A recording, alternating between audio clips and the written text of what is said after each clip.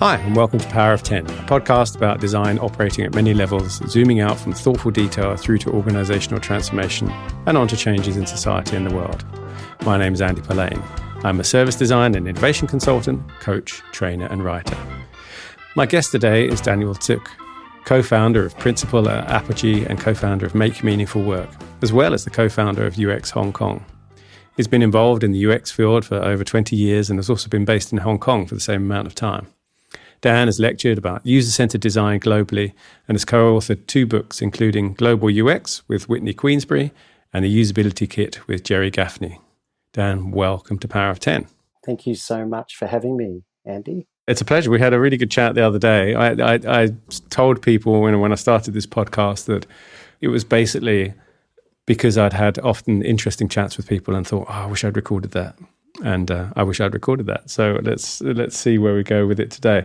First of all, though, you're not from Hong Kong originally. Tell us a little bit about your pathway to where you are now.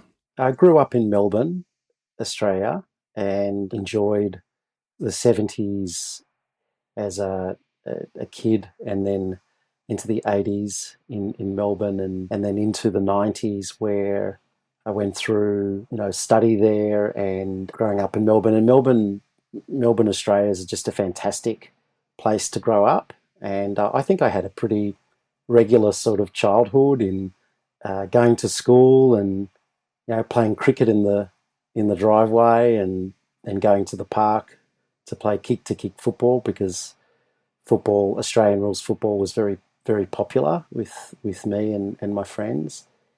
And then when I graduated uni, I went into my first proper job, which was at corporate Telecom Australia at the time. Is that what became Telstra? Exactly. Yeah, and I went through some of that while I was still there, as I was rebranding and moving from government to a semi-privatised, I guess, a public offering.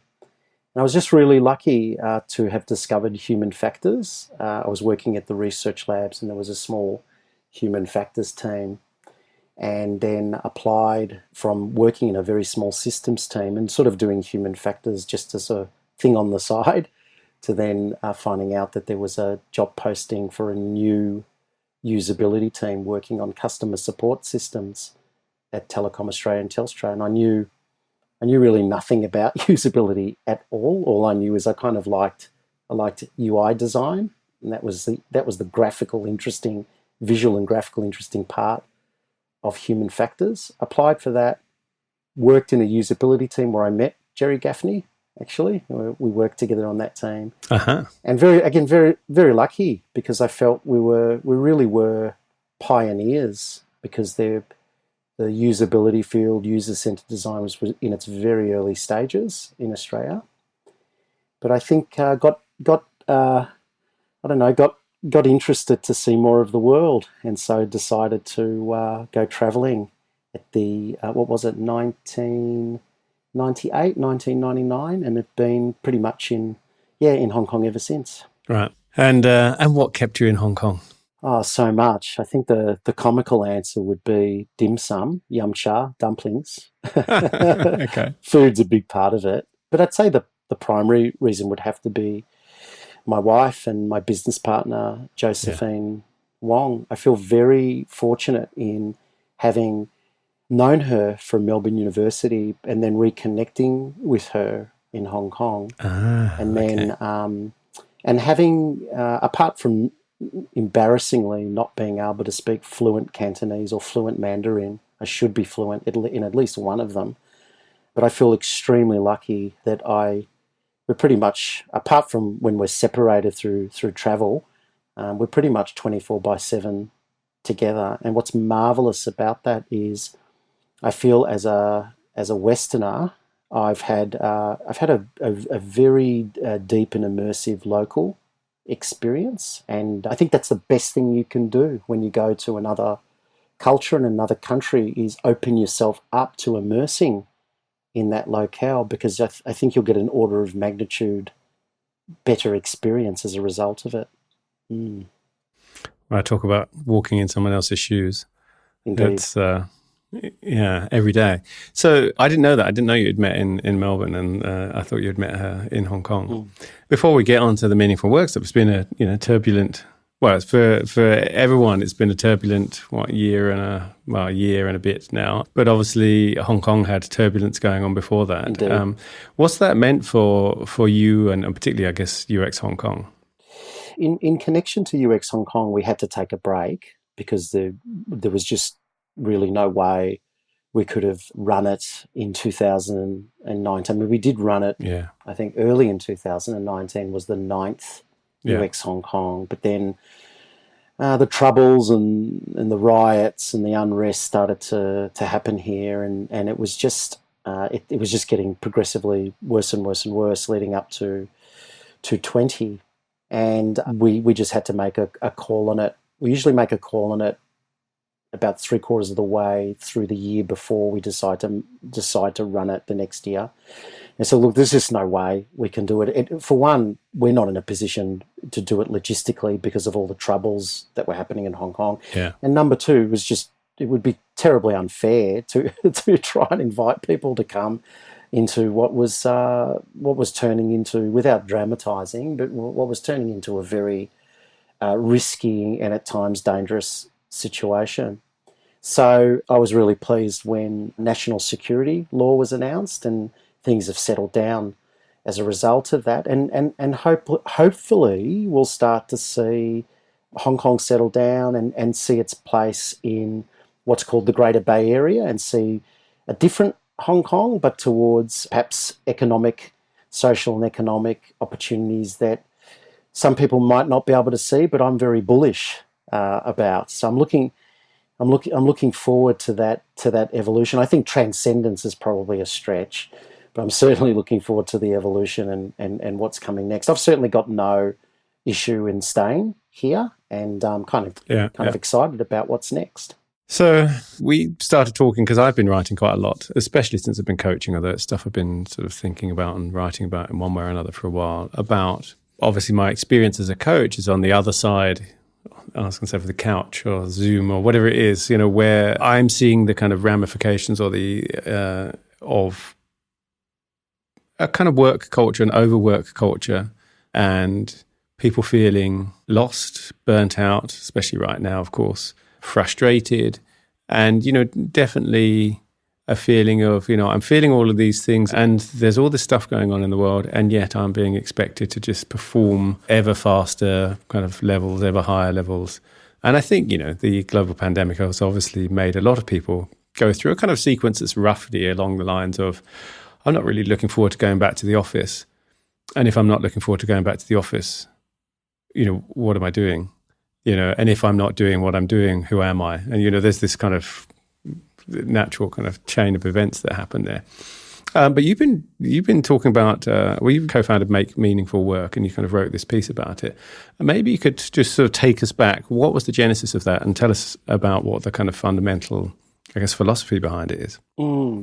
I guess it's a great question. There's kind of an implicit part to it, and there's an explicit part to it. I think if I go back all the way back to when I was a kid, I think I always responded well to spaces where I could express safely and be involved in projects that felt energizing and creative. I was always feeling involved in the actual doing of that project, doing of that work. But I was also, as a kid, I think somehow I had this sensory perception of what was actually going on here that made the environment delightful, that felt different to a classroom or felt different to being at home. So I think implicitly, although I wasn't using this language as a kid, I was only experiencing it. I think when I was outside of school or outside of home and going to places like, 4 years of professional theatre training, at the National Theatre in Melbourne, and just going into a completely different third space and feeling the energy of that, or being involved in amateur or professional theatre. When I was 16, I actually was very lucky to be in a play for the Melbourne Theatre Company, which is a professional theatre company in Melbourne. probably the top professional theatre company in Melbourne. So that was an amazing experience, having a major role in a theatre piece, being on the Melbourne stage with actors that I'd seen on television and all of that. So, and then having to go back after being involved in spaces like that, and then having to go back to what felt a little bit like the drudgery of like high school, back into sort of Form 5, Form 6, and then preparing yourself for the Victorian certificate and what was called VCE, the Victorian Certificate of Education, and then preparing yourself for uni. And suddenly I implicitly felt, oh God, I've somehow stepped back onto the production line. And what about all this fun stuff that I was experiencing in theatre and in other creative pursuits? And sort of fast forward, that went into, having my first job at Telecom Australia, Telstra, and again, being immersed with a fantastic usability team at the time, but I still felt that it wasn't enough. I was yearning for something else. And I think that's why I think some people go traveling, because they go searching for something, I wouldn't say it was like searching for meaning at that time, but searching for something else, searching for that third space, which I wasn't saying at the time. And then very lucky to meet Joe, get involved in business, forming our own narrative in our own business, and being part of a wonderful community of practice and generically user experience and all the bits and bobs of that. And look, I'd be pretty sure, Andy, we could agree that we're very lucky to be in this community, because it's made up primarily of some really lovely, smart, caring, compassionate people. And then consulting in that for out of our 21 years or so in business, 21, 22 years or so, about 15 years, really focusing on UX and focusing even more specifically in user research and understanding people. And then at about 2013, I just hit another one of those roadblocks. I hit a bit of a wall, and I felt like I wasn't learning as much as I would like to have been learning within the various communities of practice within UX. And I thought, I started to get a bit jaded about it. You go through a little bit of an angry period where you're perhaps looking for something that just isn't there.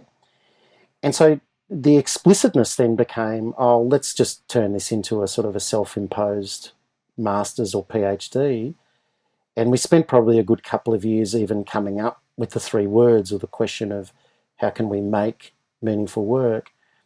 And then it's sort of propelled forward from there, going from framework to, Joe and myself have co-authored and written a book. We've created a Make Meaningful Work guided practice journal. We've developed a program. We wanted to, begin to think about what a Make Meaningful Work conference would look and feel like. And then suddenly, as we're pulling all of these different Lego pieces together, it actually starts to feel, although I'm sort of hesitant to use this word, but nonetheless I think it applies, it all starts to feel a little bit like a platform, a little bit like a movement of sorts. And what's lovely about it is you start to feel explicitly, well, what's interesting is, let's say we were to publish that book, it's really not entirely about Joe and myself. It's about creating the space to answer the question. Yeah. And so in conclusion, I think what's become the culmination of it has arrived, I think we've arrived at what we call the Make Meaningful Work studio. And we've arrived at a place where we want to just, including our advisory and also people we want to invite in, we want to be able to create a learning and development environment to actually be the representation of 21st century work. So I'm speaking to the converted here. I mean, what better way to actually describe an experience than to live the experience and have other people live that experience. So that's kind of where the sort of, I guess, the shorter path of where we're at now and where it came from.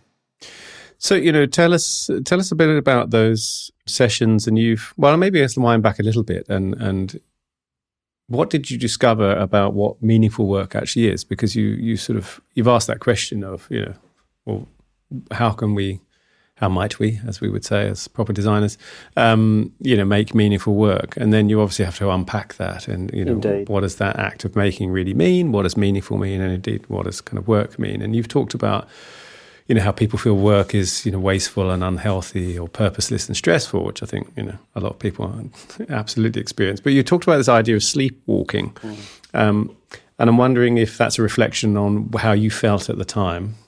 In that moment of, I guess there must be more to this, that there was a sort of awakening from sleepwalking. So can you unpack a little bit about what meaningful work is and what sleepwalking is, or what it can feel like at work? Absolutely. So I think you're right about the sleepwalking. I mean, I think we needed to come up with a way to describe a journey, or what we might call an adventure. So I think the observation, which I think in many respects has got worse because of the pandemic and because of things related to social isolation around having to work remotely from home, and the actual the mechanics of work haven't necessarily changed just because people have worked from home. It's like the workplace may, in some instance, ask even more of people, which adds to the toxicity. But I think the sleepwalking would be where you have these varying degrees of just not feeling engaged or energized in the work that you do.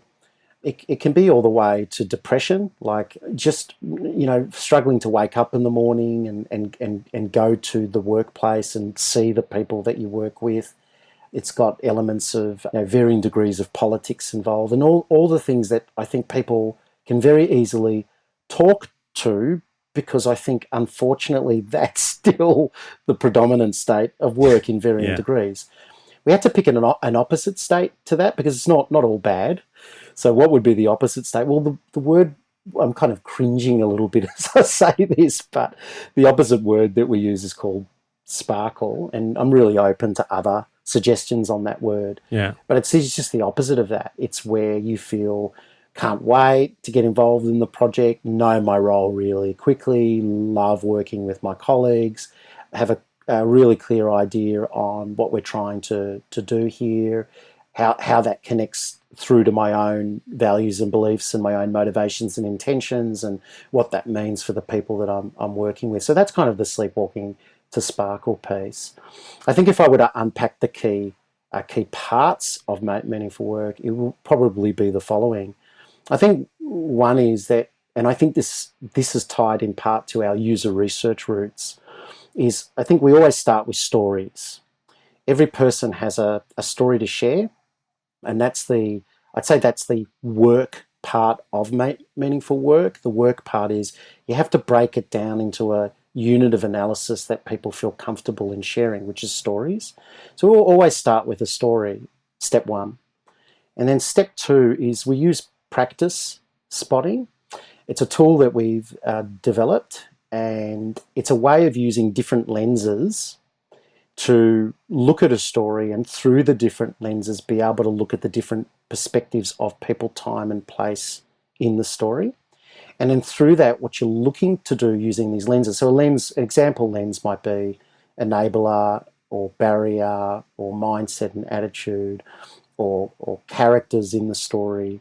And what you're looking to do, the output you're looking for is a practice card. So an example practice would be curiosity, active listening. I mean, there's adaptability. There's literally hundreds of them, but it's the recognition of the practice. It's very, very clinical, because you've got to unpack you've got to unpack the story to enough depth that the person who's told the story is arriving at a practice that resonates for them. And then the third step is you've got to turn those practices into exercises, very simple exercises that you can try in the context of your work.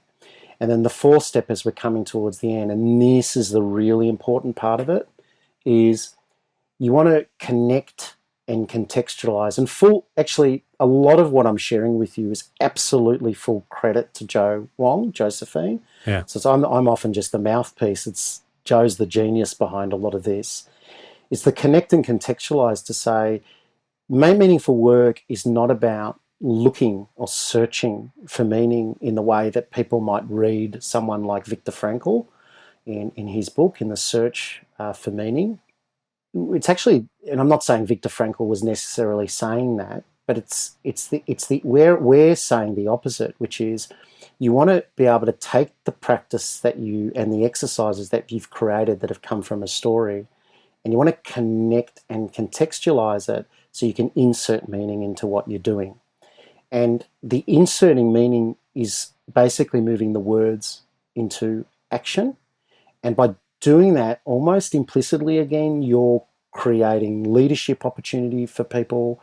You're developing a character for people within that. You're helping people understand the connection between practice, habit, and culture. And you're turning the responsibility onto people to take responsibility for inserting meaning rather than waiting for it. And then finally, Andy, so we've discussed kind of the work part of it through the unit of analysis. The meaningful part of it I've touched on in reference to inserting meaning. And the make part, well, I don't have to go into too much detail with you or perhaps some of the audience. The make part, it was a deliberate use of language there to say not design, but to make, because we didn't want this to be seen as a design-centric practice, although design obviously is an important, or designers are an important player within the studio. Yeah. But the make part says that actually it's a holistic practice, it's a multi and interdisciplinary practice, and the intersections of those practices is actually where we find the sparkle. Now, often unfortunately, people don't have necessarily a lot of those spaces to find those intersections at work. And the second most important part of it, then I'll hand back to you, is we don't often have within those spaces, because it's like the third space I've been describing, is we don't often have the opportunities to do deliberate practice in those spaces because we're all too busy in 2021 being busy. Right. Yeah. And this is, there was a little note I just made actually around kind of speed and drift. I think, one of the things, that sleepwalking state you were talking about, I've been talking about as a kind of drift, and it's paradoxical, or it's probably counterintuitive, perhaps it's better to say, that everyone is working very hard. There's a lot of kind of busy work going on. I see people's calendars. They are, back to back, absolutely full. One of the classic coaching questions is, so when do you actually do your work? Well, evenings and weekends and stuff. And they're going to, and also that thing of, I've experienced myself where I've come home and my wife said, so, what'd you do today? And I'm like, I don't really know. I was in lots of meetings. I don't really know what I actually did. And so, there's that thing where I think what's happened, and I think that's what the pandemic kind of put the brakes on and brought everyone up short about, was felt like I was working really hard. That feels like, or at least I'm going to say indoctrinated to believe that is progress and that is kind of moving forward. Absolutely. And yet I'm kind of drifting, because I'm not really sort of going anywhere. I'm just kind of processing a lot of stuff. Now I have a longer rant about, this for me is a bit of a kind of product and service thing about this idea of, the well-known Marshall McLuhan phrase of, we shape our tools and thereafter they shape us, that That's right. Forms of management and corporate structure that we still are mostly in arose from the Industrial Revolution. And so still companies are kind of seen as a machine to be optimized so it can run faster and faster, and therefore sort of people working in them are on the assembly line. And so it feels like, I always think it's like, if you see Metropolis, there's a bit in Metropolis where the guy is just moving the clock hands and the lights go on. There's like a clock face. I'll try and describe it verbally for those who haven't seen. There's like a clock face with light bulbs around where the numbers would be, and the lights change and he has to move the hands to the light. It's completely pointless, but he's just kind of doing it to the point of exhaustion, and then someone else steps in and takes over. And so it feels like there's kind of a lot of that going on. And I was interested by your self-cringe at the word sparkles, because I kind of get where it's coming from. At least that sort of, I hear myself cringe. But I think it's also interesting that, why should we cringe at that, right? It's energy. You might use the word energized or something like that, but I get the feeling it's a bit more than kind of energized. It's sort of energized with meaning, perhaps. But it's, again, I feel like I was so influenced by the idea that work should be this kind of hard-edged thing. There's something like sparkles, which in a theatre environment you would you might talk about a scene having a real moment of sparkle, or a scene having a kind of moment of magic, or something much softer, Right. because where somehow the chemistry and the improvisation or whatever just worked. Everyone would be comfortable about that language, and yet when we're talking about it in a kind of air quotes in a business environment, sparkles just seems soft, right? Yeah. So it gets me to the last bit, which is all the things you've talked about so far. You talked about these practices and these kind of mindful. There's a lot of sort of mindfulness there. They feel very personal. They feel like they're a thing that is, and they're very, very good practices for people to do. And yet I feel like structurally the work environment that people are in and the organizations that people are in really prevent that from happening. And you kind of touched on it at the end. So, ever greater, copying the kind of Silicon Valley VC funded kind of, it's like a business on steroids, right? It's which causes harms of excessive growth too quickly causes harm, right? Where you've got really velocity is everything, and yet that seeped into everything. It's understandable in a startup who has a specific kind of runway of money, but of funding. But in a kind of larger corporate, I would question whether always going as fast as you can is necessary, and also whether it makes sense. So how can leaders of organizations or teams in organizations create structurally the space for this? And how do people, it's mostly the other way around, who are members of these teams, how do they sort of manage upwards to try and fight for or ask for that space? It's a great question again. So I look at it in two ways. We've got, in terms of an offering, I think the easier one to create is the public space that we're creating, and it's super intriguing, because the public space is the M&W Studio public space, and that will be, currently it's going to take the form of more of a digital experience like we're in now. You're where you are physically, and I am where I am physically, but we're meeting in a digital space. Yeah. And I think within the digital space, there's a hell of a lot more that we can do to make that more representative of more sparkle. The cringing re-sparkle, just to touch on that briefly, is, I think we have to.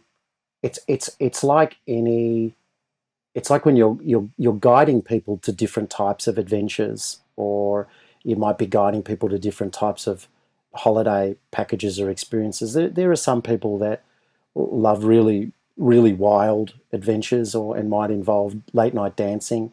I'm too old for that now. Yeah, well, there you go. So, and there's other people that just like a quiet villa by the beach, and just a nice walk in the evening after a dinner. Different experiences for different people. I think what's interesting about learning and development environments within a space, and the public space firstly that we're looking at, is it all just feels very same-ish. You get on a video conference platform, and if you're at a learning and development event, it might still be operating in the same way that it would if you were there in person. I think there's just an opportunity to do a lot more, and to make it a lot more fun, and generically, I'm using this word generically, a lot more creative, and certainly have heaps more, a lot more sparkle.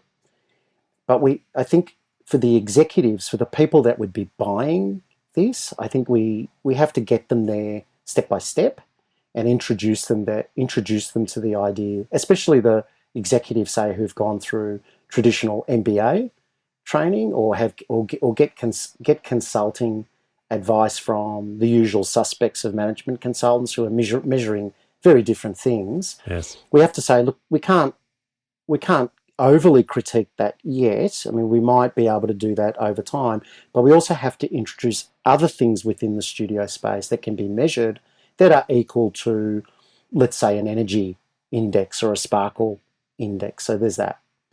So I think we have a lot of more room to play publicly for inside the organisation.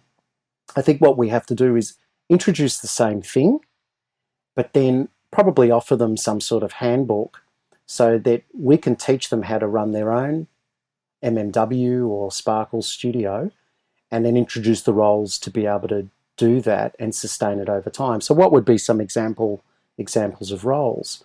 Well, it depends on the type of learning and development event that you're running in the studio. Let's say it's like this, Andy. Let's say one of the learning and development events could be you're facilitating it through a show, Yeah. and people go, "Oh, great! I've always wanted to be part of a show. What's involved in making a show in the studio?" Well, you've got a host and you've got a guest and you've got a sort of a script that you follow, and you might have a camera person, and you might have an audio person, you might have a producer, a director. And each of those roles for that type of learning event within the studio space will do exactly the same. There'll still be moments to reflect around the production of that. There'll still be the sharing of stories. There'll still be practice spotting. There'll still be practices, and there'll still be meaningful ways to measure that. It's just happening within the adventure of making a show. All sorts of things we can make in the studio as long as it's returning from an executive standpoint, as long as it's returning some sort of learning and development outcome that's working towards improvement.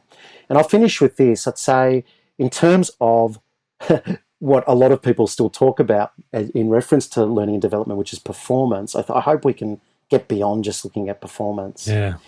A lot of people I tend to look at that as two parts of a ledger. The first part is just the functional aspect of a person's job. That would often be described as the technical or the functional aspects of the job description. And that's fine. But I think we're also looking at the softer part of the job description. The problem at work today is often the softer part is often executives might look at that and go, "Oh, that can't be measured," or "That's not important," or "That's not valuable." I'd venture to say, in reference to leading or building character to lead healthy and to energize 21st century organizations, if you follow any of a majority of the business publications, and a lot of the ones I follow, there's so much being written about the softer practices now. So I think what we have to do is we have to ensure that when we package this and we pitch the studio, let's assume that's what we're going to be doing, I think we have to be able to pitch it in a way that executives and the buyers within organizations will understand that there will be a sustainable value in doing that. But probably the thing we can't escape is there needs to be both the studio inside people, like that where they're driving their own learning and development without having to wait for it. But there's also equally potentially a space inside the organization where they can get that deliberate practice. And also there's a public offering there where they can join a larger community of practice. And that's the mission, that's the vision, that's the quest that we're on. Yeah, I think I was going to ask that question, which you sort of somewhat answered, which is, I can see on a kind of personal level and on a sort of mid kind of senior manager, sort of leadership kind of or director kind of level, why you might want to do this. But I can also see how the kind of that higher up, there's always that so what question, right? Which is, okay, well, this all sounds great, but so what? Tinged with this idea, again, I go back to this idea that work's not meant to be enjoyable. That's right. This is work, this isn't play. What's your kind of view on that? I mean, I have really strong opinions on that, but what's your view on that sort of dichotomy or that split? Look, I think if we were to let's ground this in language that we're more familiar with, Andy, and looking at, say, CX, customer experience, as the wanting to improve experience for the people outside of an organization that we would call customers. We might even say there's a PX, there's a partner experience. What I'm interested now in, one framing of Make Meaningful Work might be to look at it through the lens of employee experience, or EX. And I think the smarter companies now, the more switched on companies globally, are saying, look, EX is just as important as CX, and we have to get that right, because happier, more engaged, interested employees will just make better experiences for customers. There's another part to this too, which is it's the attraction and retention story, which is, and I'm 51, if I look at some of the younger generation coming into the workforce, some of them are just rejecting the whole idea of even going to work for like a big corporate or a big org. And for those that have gone into it, they're like, well, this isn't particularly a fun or satisfying experience, and they'll leave. And so I think I'm not saying this because it's self-serving. I'm saying this because it's evidence-based. Yeah. It's in the interests of executives to say, how can I make a great employee experience where people feel like they're not being treated as a widget and they're being treated as a human being, and that we're investing in you because we want you to be sparkly and we want you to be great and we obviously want you to perform well at your work, but we're also invested in your learning and development. If you look at, just to offer one more example, if you look at great sport stories or clubs, like I'm a big Aussie Rules fan, the clubs that are often performing better, there's a great documentary called Making Their Mark on Amazon Prime, which followed a couple of clubs during the 2020, very challenging year in 2020. And as I was practice spotting that and looking at the cultural element of the clubs, the character element of the clubs, the leadership element of the clubs, the learning and development aspects of those programs within each club, it was just clear as day why the clubs that were finishing on the top four were finishing on the top four. They were finishing on the top four because it wasn't just about the performance, it was about all the other stuff around it that made the players want to not only succeed on the field, but you could almost describe it as a love. Like they have an absolute love for each other. Now, that comes with success, but it's also other things that have been set up very deliberately to attract and retain talent. So that's what it's all about. And I think the more switched on companies globally will begin to understand this and hopefully be interested in at least some of what we've got to offer in that with the studio. I mean, I agree, and I kind of want to come back to it in a second. But before I do, I want to sort of play devil's advocate there. One of the responses to that is, well, these entitled kind of snowflakes. I mean, it used to be this, entitled millennials, but actually it's actually the group after that. There's plenty of other people who are willing to work hard and, be more resilient. If they can't hack it, then, we'll hire someone who does. What's your response to that? You mean if that's coming from like the management or executive position of, we'll just hire? Yeah.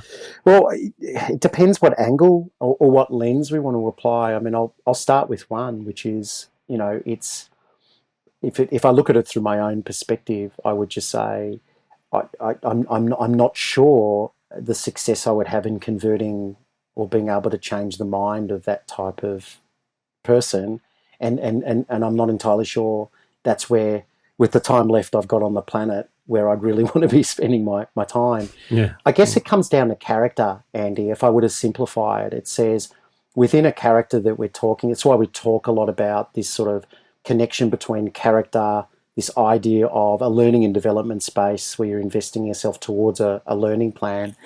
The character part of it is paramount, and it comes down to, are there traits in the character of the people that we're speaking to where they are indicating that they have a receptiveness to our story? And if they really don't, if they're rejecting it, or it just seems like a type of organisation that isn't ready to make the type of improvements that we're offering, then I probably wouldn't spend my time trying to convince them otherwise. In reference to the behaviour being demonstrated, we can just replace this widget with another widget. I think it's incredibly dehumanising. It's terrible. It is, yeah. It is indeed. Well, look, we're coming up to time. We could go on for a long time on this. The Power of 10 is named after the Eames film, Powers of 10. We're kind of looking at lots of different Zoom levels, and, we've kind of been moving through them in our conversation.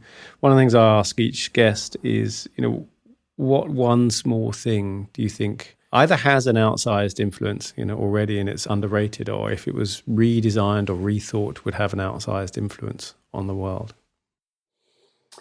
I was talking about it with Joe today, actually, some bias here perhaps, but we talk a lot about, like, within the studio, like, what is the studio as a character? If the studio itself was a character, what character would it be, or what different characters would the studio be and represent?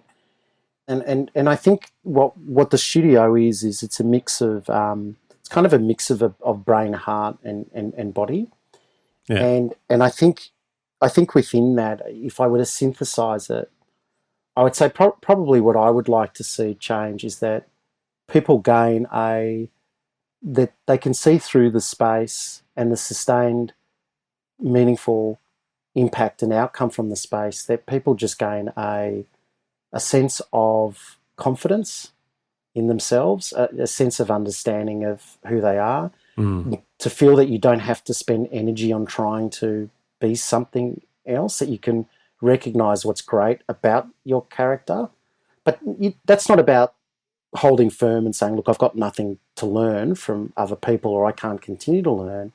But it's sort of this baseline idea that you're comfortable in yourself, you've got a really nice story to be able to tell about yourself, and that you're bringing that authenticity into everywhere that you interact and relate in your life.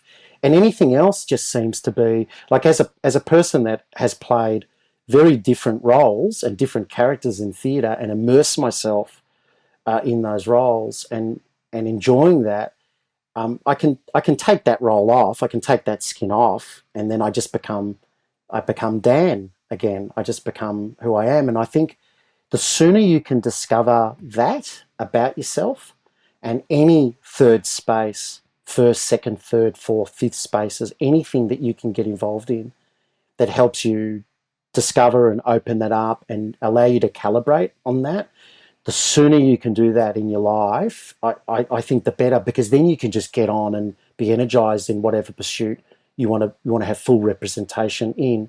It's really sad, and I don't want to finish on a sad note, but I just think it's sad when you meet people who are well into their 60s or 70s, or in some cases their 80s, and they've never calibrated on that in reference to their own character. Yeah. Yeah, it's absolutely, the heart of my coaching practice is really that of, first of all, people understanding they have been playing a role. I mean, and having that realization, that's the first one. And then once they start to put that aside with an enormous amount of anxiety often, and, sometimes it's forced on them. The reason why I coach sort of people moving into leadership is because it's slightly forced onto them because they're kind of changing roles, right. Which is, of course, you're left with, well, who is Dan then? Right. And I'm not really sure anymore because I've been playing this so long. I don't, there's a very famous actor, it was someone you would know, like someone like Patrick Stewart or something, who was saying he had been in a theatre production, and his friend, who was another very well-known actor, sort of came to visit him in the green room and said, chat, hi, how you doing? It was a great performance and stuff. And then he stopped and went, are you doing like a kind of reset at the end of your performances? And he's like, well, what do you mean? He said, I can tell that you're not you at the moment. You're still the character you've been playing.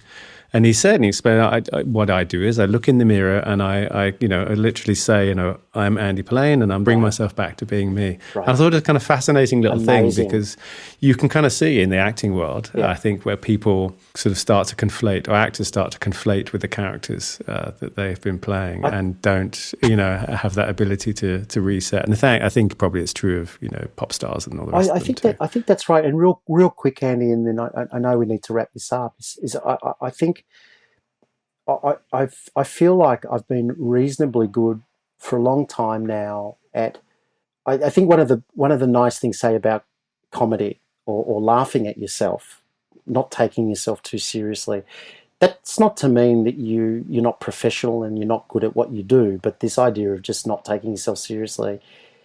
And I do enjoy making other people laugh, and I hope I'd at least make Josephine laugh at least once a day. I think one of the beautiful things about laughter is that it makes people relax, and it creates a very comfortable environment. And I think that's a really important part of the studio, which is this idea of, that you can be comfortable here. It is all the usual suspects of safety and trust and expression. It's just I think what's going to be really interesting for us is being able to get that out enough and to feel that that's compelling enough for people to come into, and then offer them the right adventure, journey or path to take that will suit where they're at now and where they want to be. And for that space to feel, hopefully wildly different enough to just a regular conference or a training or a webinar or a seminar, where they'll go, geez, that looks interesting. Might give that a go. Yeah. And hopefully they'll thrive, and their thriving contributes to the organisation they're working for thriving. Or, I think it's another successful outcome is for people to have a moment of awaking from sleepwalking, going, oh, you know what, this isn't for me at all, and then do something else. So, where can people find you and your work online? I think we've got our Apogee website, which is apogeehk.com, Apogee APOGEEHK.com. But I think you'll see more of what we're doing now on makemeaningfulwork.com. And we're only presenting a very small part of what's going on backstage. But at least you can go there, watch a couple of videos and get a sense of what we're about more from a framework perspective, and watch this space as the studio starts to come alive between now, April 2021 and into 2022. It's very, very exciting. I feel like we're approaching the peak after a good 8 years of R&D. So it's a good feeling. Yeah, it's been brewing for some time. It has. And what about in the on the social interwebs? Where do people find you there? Oh, okay. Well, there's not many Dan Szuc, so you can look me up on LinkedIn or follow me on Twitter at DSZ or DSZUC, or depending on where you're from, DSZUC. Dan, thank you so much for being my guest on Power of 10. Andy, thanks for having me, and all the best. You too. And send my regards to Joe. Will do. As I'm sure you're aware, you've been listening to Power of 10. My name is Andy Pillane. You can find me at apillane on Twitter or pillane.com, where you can find more episodes and sign up for my newsletter, Doctor's Note. If you like the show, please take a moment to give it a rating on iTunes. It really helps others find us. And as always, get in touch if you have any comments, feedback or suggestions for guests. All the links are in the show notes. Thanks for listening, and see you next time.